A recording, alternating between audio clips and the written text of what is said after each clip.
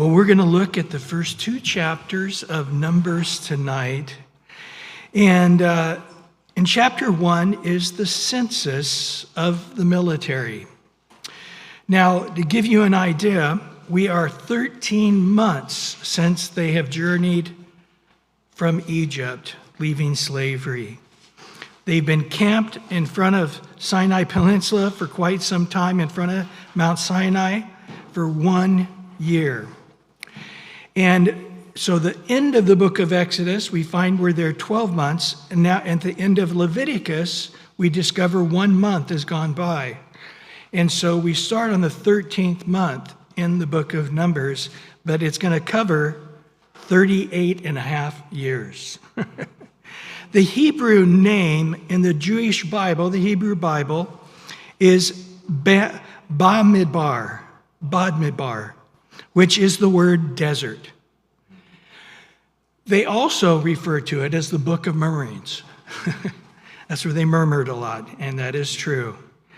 The reason we call it the Book of Numbers is from the English that we got out of the Latin Vulgate, liber nomere, and it's referring to the census or the numberings.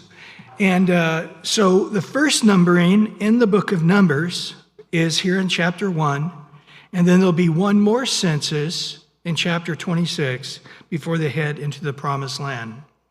Wenham said this: the theme of the book of Numbers is the journey to the promised land of Canaan. Its opening 10 chapters, covering a mere 50 days, describes how Moses organized Israel for the march from Sinai to the Promised Land. David Guzik says, the Promised Land people are different from slave people. Israel emerged from Egypt as a slave people, basically unsuited for the Promised Land. Numbers tells the part of the story of how God transformed them into the Promised Land people. So in Numbers chapter 1, verse 1, now the Lord spoke to Moses in the wilderness of Sinai, in the tabernacle of meeting, on the first day of the second month, in the second year. And they had come out of the land of Egypt, saying.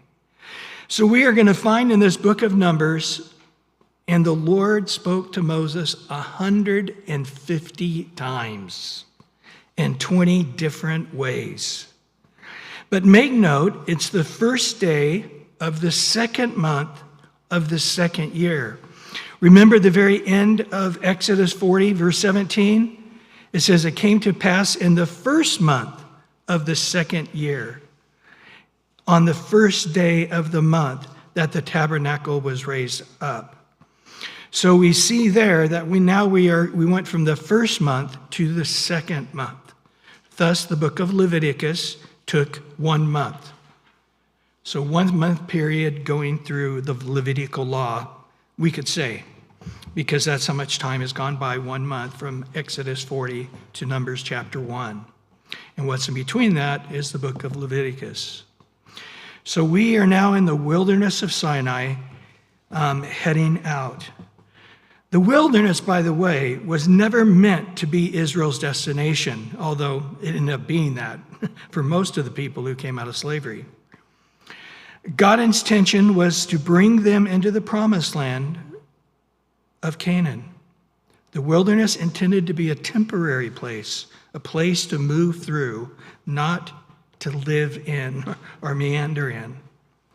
So what we find in verse 2 and 3, Moses and Aaron were instructed to be the ones who numbered these people. It says, take a census of all the congregation of the children of Israel by their families, by their fathers' houses, according to the number of their names, every male, I love this, individually, from 20 years old and above, all who are able to go to war in Israel. You and Aaron shall number them by their armies.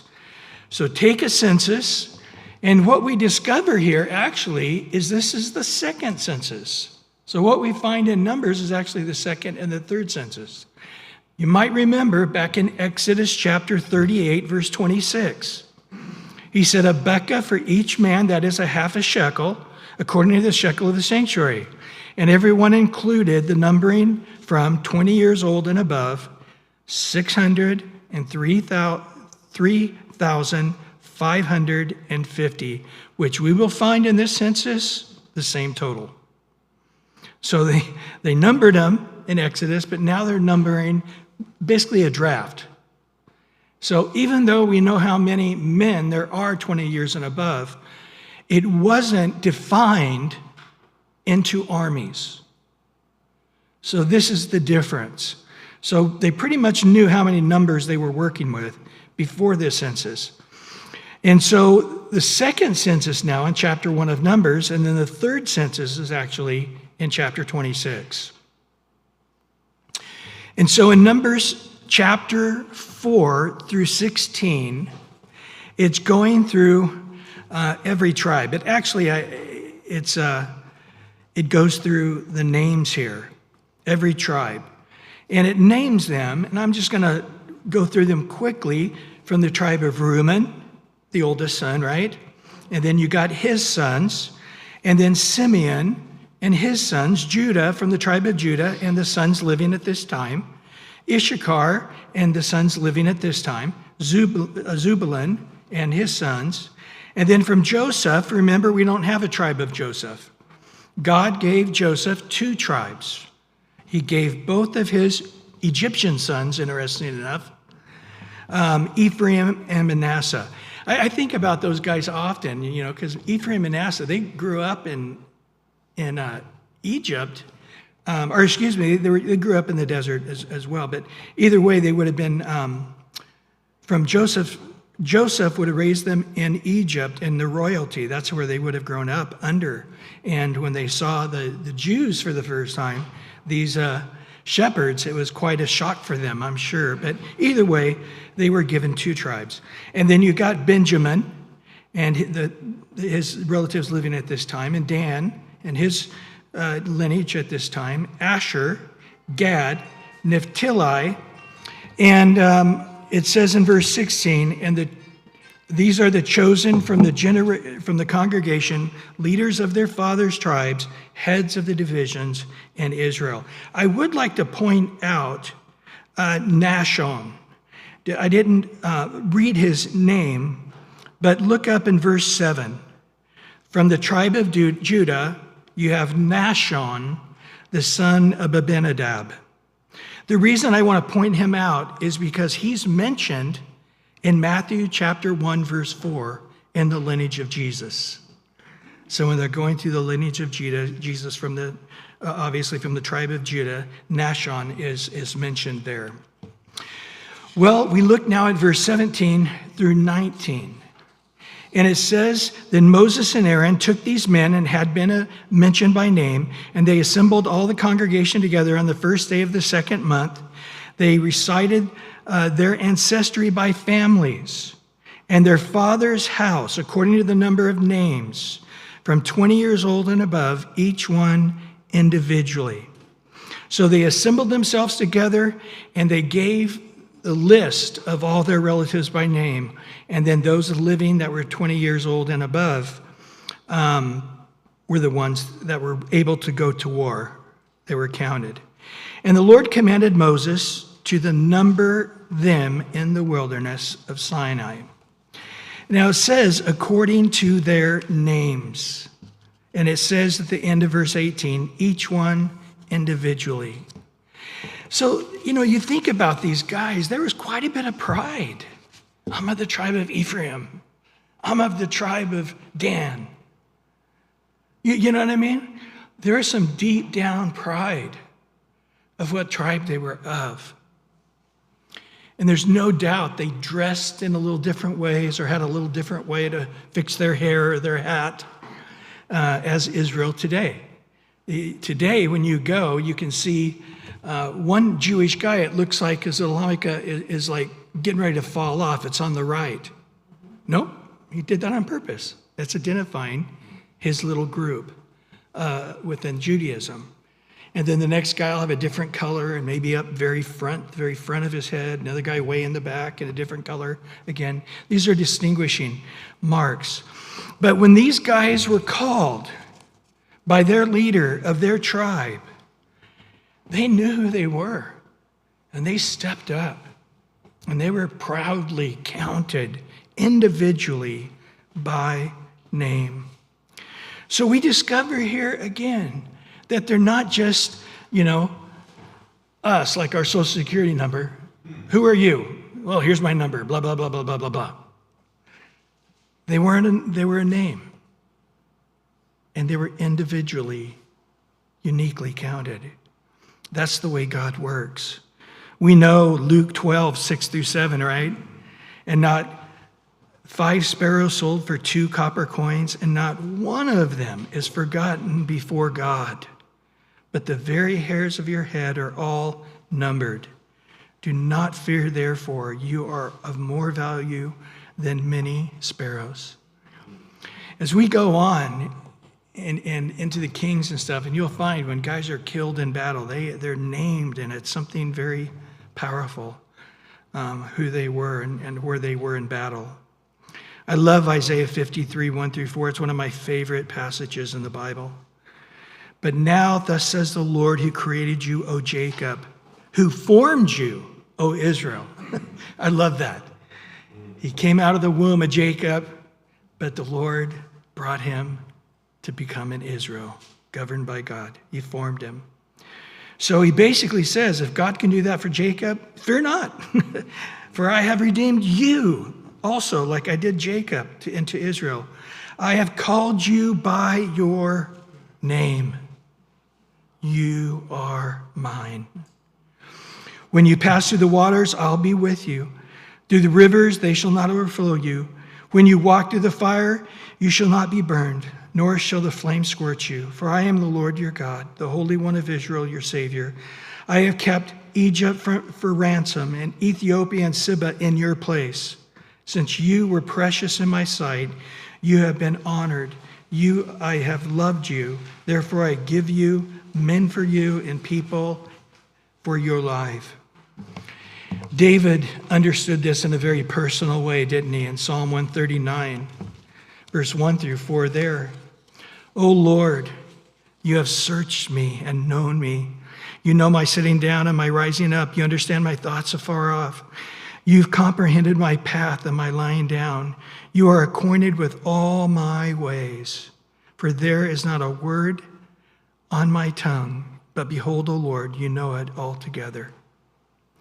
So each by name, individually, they were called into these numbers. Well, verse 20 to 21, we have the children of Reuben, 46,500 men ready for battle. From Simeon in verse 22 and 23, 59,300. Verse 24 and 25, the children of Gad, 45,650. And then in verse 26 and 27, Judah, 74,600. And then in verse 28, 29, we have the children of Issachar, 54,400. Verse 30 and 31, we have the children of Zebulun, 57,400. Verse 32 and 33, we have the sons of Joseph. Ephraim was 40,500. And then we have of Joseph also Manasseh, 32,200. Then from the children of Benjamin, we have 35,400. And then from the tribe of Dan, 62,700. From Asher, 41,500. From Naphtali, 53,400. In verse 44 to 46, these are the ones who were numbered from whom Moses and Aaron numbered, with the leaders of Israel, 12 men, each one representing his father's house. So all who were numbered of the children of Israel by their father's houses from 20 years old and above, all who were able to go to war in Israel. Verse 46. and who are numbered were 603,550. So if you do the math, and people have, and they come up with different things, but you say, okay, 20 years old, then to the point they weren't able to go to war. That really depends, isn't it? Because I think later, Joshua and Caleb, they're the two guys that said, no, we're ready to go to war. But God let them live through all those years of the desert. But that put Caleb at 80 years old. But God reserved his strength, didn't he? Remember in Judges chapter 1, he said, I am as strong at 80 as I was at 40. And I want the mountain where the giants are. That's my lot. We're the biggest giants. That's where I want to go. He was a warrior at 80. But, probably most guys around 50. Remember, we're going to discover this later with the Levites. They were to be ministers from 30 to 50. That was it. So they were in training up to the age of 30. They had 20 years of ministry, and then after 50, they were trainers of the trainees.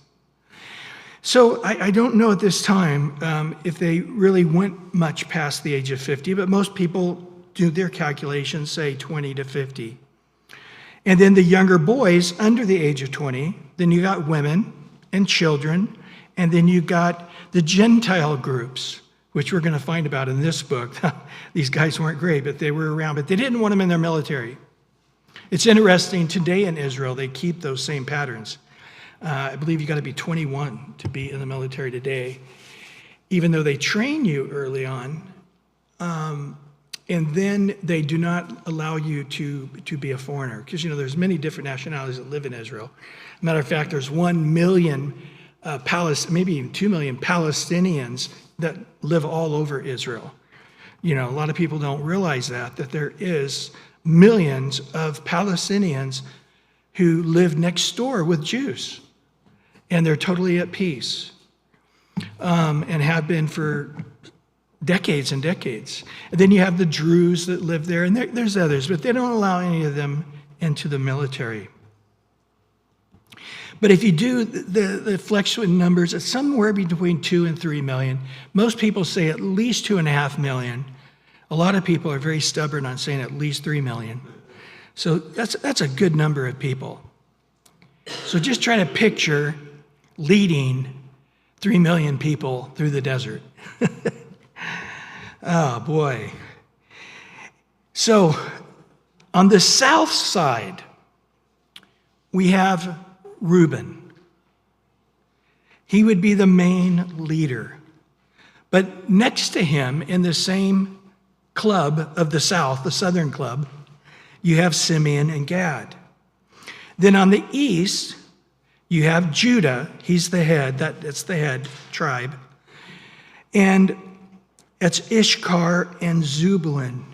Now, if you say, oh, it's because they have the most amount of people, not true with Reuben. Reuben was the leader with less people. Simeon actually had more.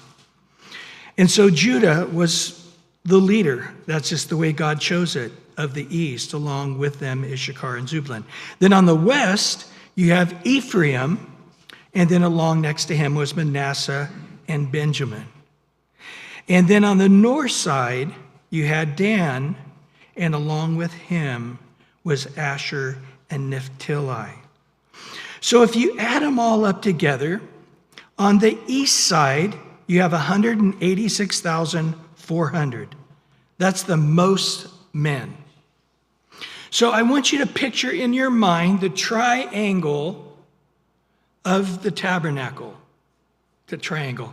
The rectangle, that's Egypt.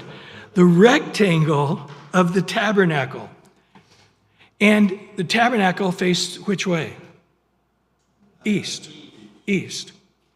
So on the top, if we would, the top side is the tribe of Reuben, the east with Judah and Issachar and Zebulun. It's the largest number, though. Or am I getting this backwards? Yeah, I think I'm getting this backwards. The east would be on the top. or the bottom, excuse me, the bottom. The door opened to the east, so it would be on the bottom, my fault. And then on the south side, notice, it's 151,450, and also on the north side, it's 157,600. So the south and the north side are about the same number. But then you've got the west side with the lowest number. That would be the one on the top. Forgive me. So the west side is the smallest number on the top. And then the east side would be the largest number on the bottom. And then on the two sides, they're both around 150,000. Interesting, isn't it? Because from an aerial point of view, you get the shape of the cross. Do you remember how we did this with the tabernacle itself? You've got the Holy of Holies, and then you have the incense, and then on each side you had the table of showbread and the menorah, and then in front you had the washing bowl outside, and then you had the burnt sacrifice of burnt incense. It also, the tabernacle inside, made the shape of a cross.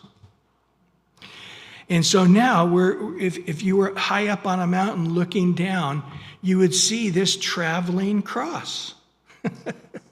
Or at least when they stopped and they put it all up in order, that would be the case. So I think we have a few more pictures, right, Josh? Keep them going. Has he been changing the pictures? Bryan, sorry, I have to ask.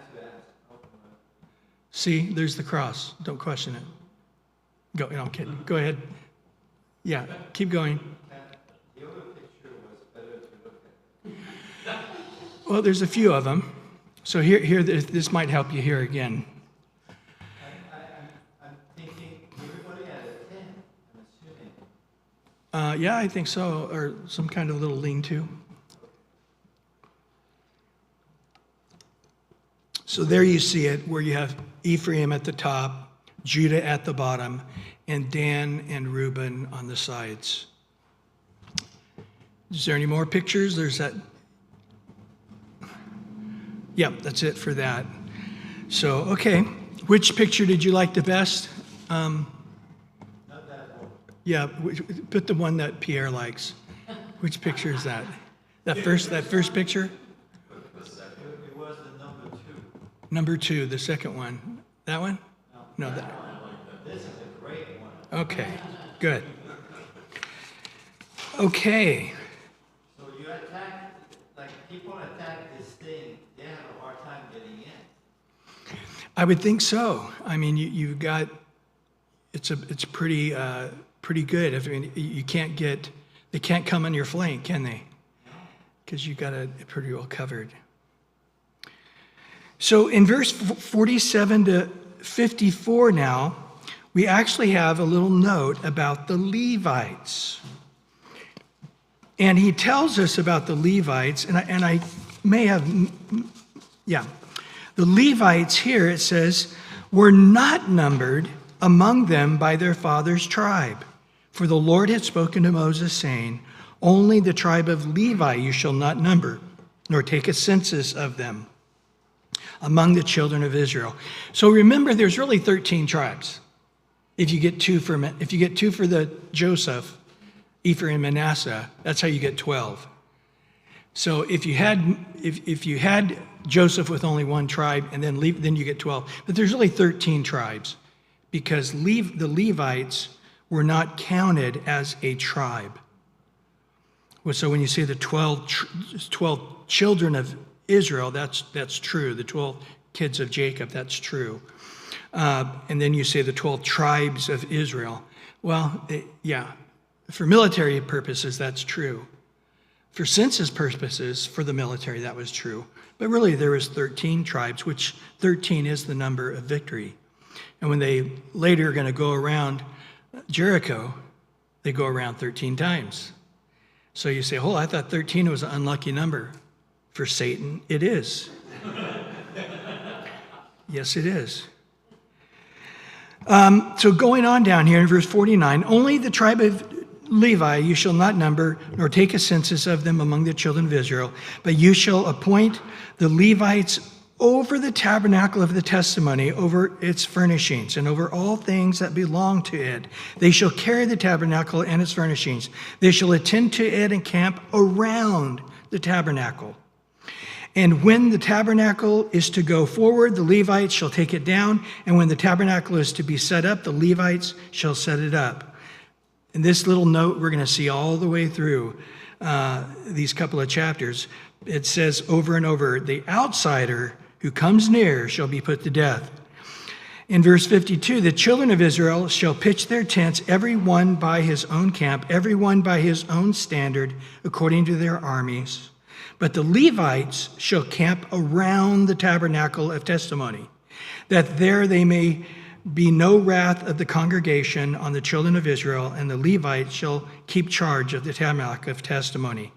And we will see later on, when we have the 7 cities of refuge, the Levites had the immediate land around those cities as well.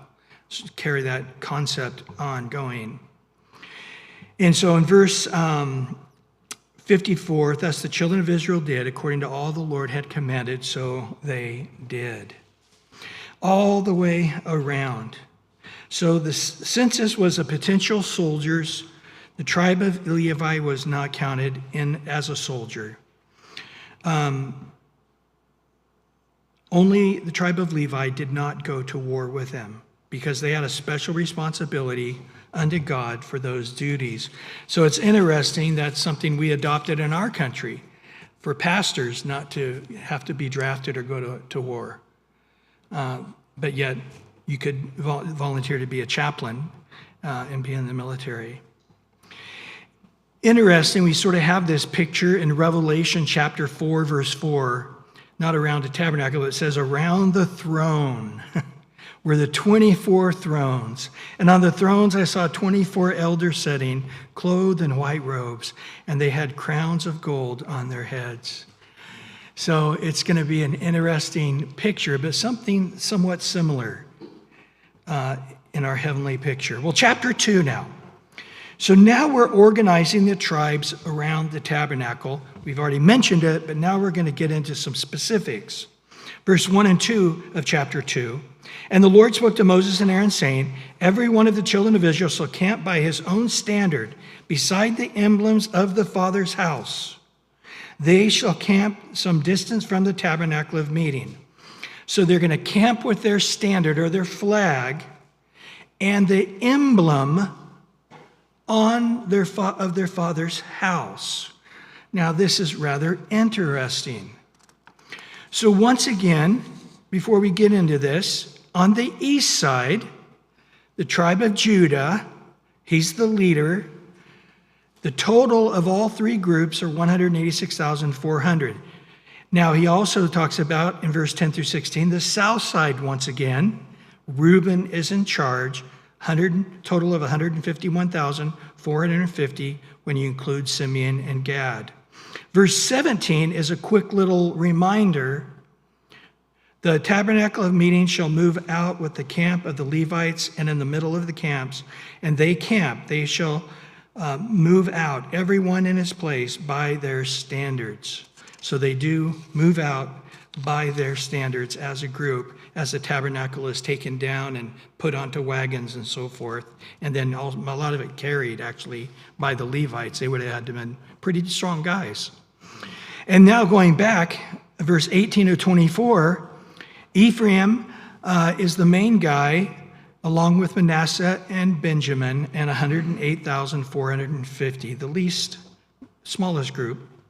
And then in verse 25 to 31, you got Dan is the main leader, along with Asher and Naphtali, of a total of 157,600. So putting all these together, as it says in verse 2, the children of Israel shall camp by his own standard beside the emblems of the Father's house. They shall camp some distance from the tabernacle of meeting. So once again, we see those numbers and we see how that would have been laid out. Now, real quickly, In Jewish tradition, they actually teach the same color is of the high priest's breastplate. So in other words, you look at the high priest's breastplate, they were in order of each of the tribes. So you would have saw, this is Reuben, the first son, and so on, down the list. In Exodus 28, it tells us there, if this is the case, that you have on the first row of the high priest garment, you have a sardius, a topaz, and an emerald. On the second row, you have turquoise, a sapphire, and diamond. The third row, you have a jacinth and an agate and an amethyst.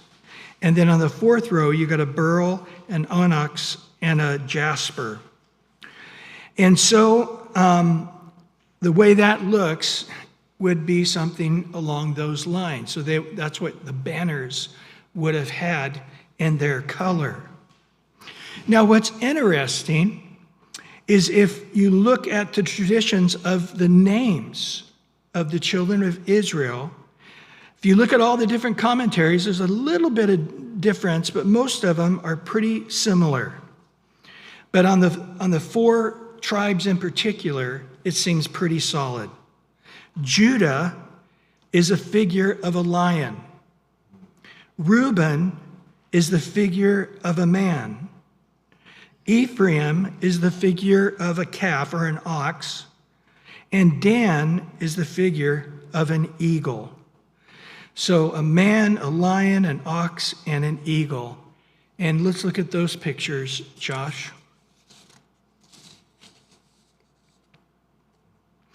Now, I will make a statement on those.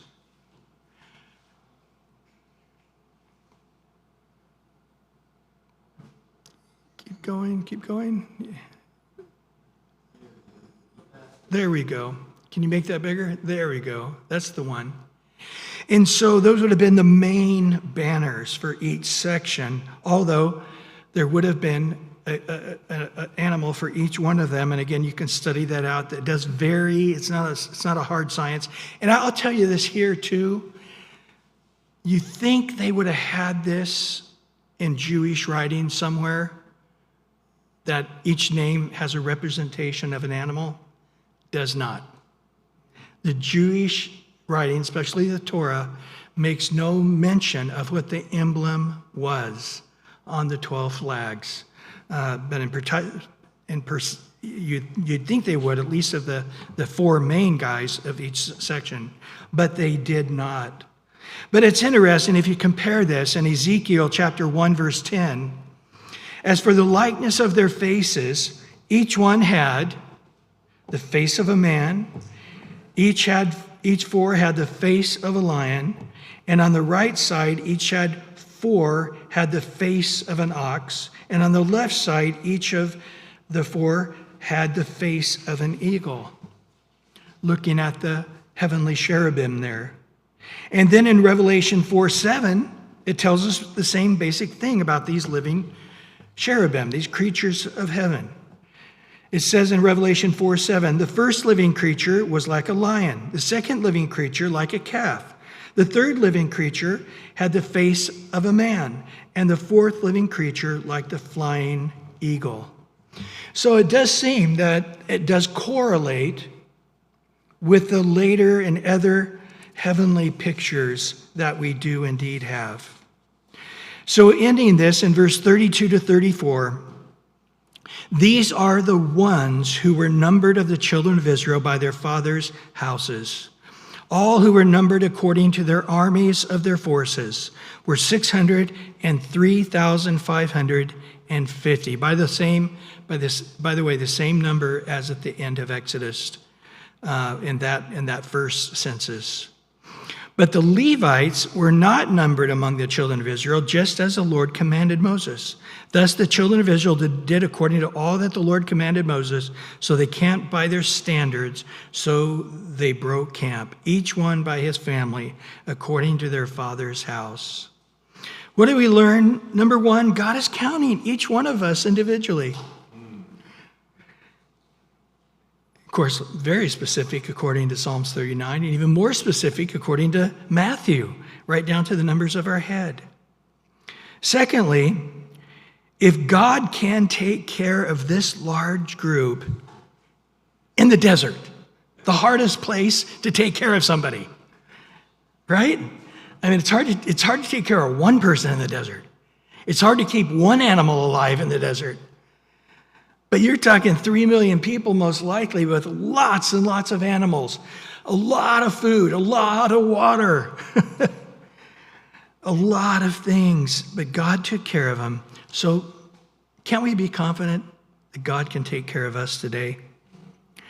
So many verses that refer to the stories and numbers, and then to tell us God will do the same for you. We're going to discover as we go through Numbers, we're going to be blown away how many passages refer to the stories in Numbers. You guys are familiar with that Corinthians chapter 10, where it says there's no sin that's not common to all men. But he goes through the whole list of the book of Numbers, saying, this is for you guys. Pay attention.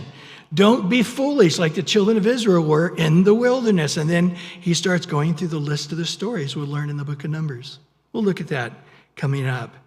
But look at Psalm 78, verse 14 through 16. In the daytime also he led them with the cloud, and all the night with the light of fire. He split the rocks in the wilderness. He gave them drinks in abundance with the depths. He also broke streams out of the rock and caused waters to run down like rivers. In verse 23 to 29 of Psalm 78, yet he had commanded the clouds above. He opened the doors of heaven. He rained down manna on them to eat and given them of the bread of heaven. Men ate angels' food. He sent them food to the full. He caused an east wind to blow in the heavens, and by his powers he brought into the south winds, and he rained meat on them like dust, feathered fowl like the sand of the seas. And he let them fall in the midst of their camp and all around their dwellings. So they ate and were filled, and he gave them their own desire. There's a lot more to that story. Nehemiah was greatly encouraged by this. Yet in manifold mercies, you did not forsake them in the wilderness. I mean, if God were going to forsake them, it would have been in this time. Okay? If he said, I'm done with you, it would have been in that 40 years in the wilderness for sure. But you did not forsake them in the wilderness. The pillar of cloud did not depart from them by day to lead them on the road, nor the pillar of fire by night to show them light, and the day and the way they should go. You also gave your good spirit to instruct them, and did not withhold your manna from their mouth, and gave them water for their thirst. 40 years you sustained them in the wilderness. They lacked nothing. Their clothes did not wear out, and their feet did not swell. The nature of God. So if any of you think a good way to discipline the kids is send them to bed without food, God never did that. You know, if I were God, I'm just like, I'll just shut the nightlight off. You know how dark it is in the desert? I've been in the desert where you literally can't see the hand in front of your face.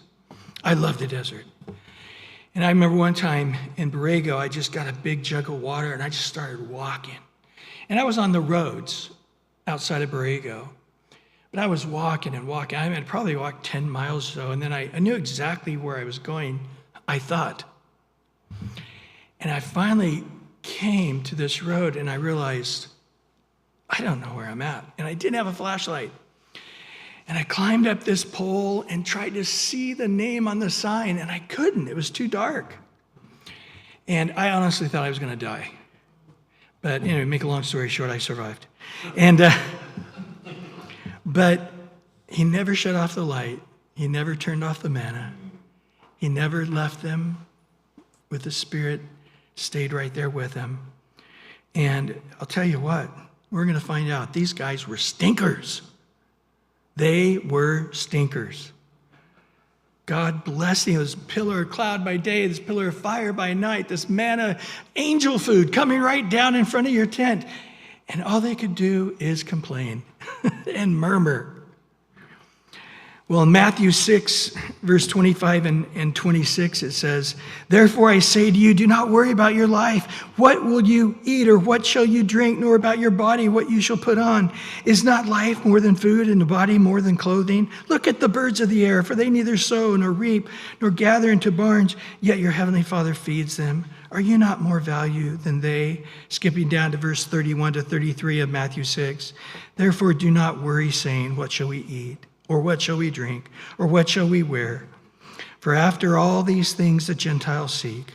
For your heavenly Father knows that you need all these things. You seek first the kingdom of God and his righteousness, and all these things will be added unto you."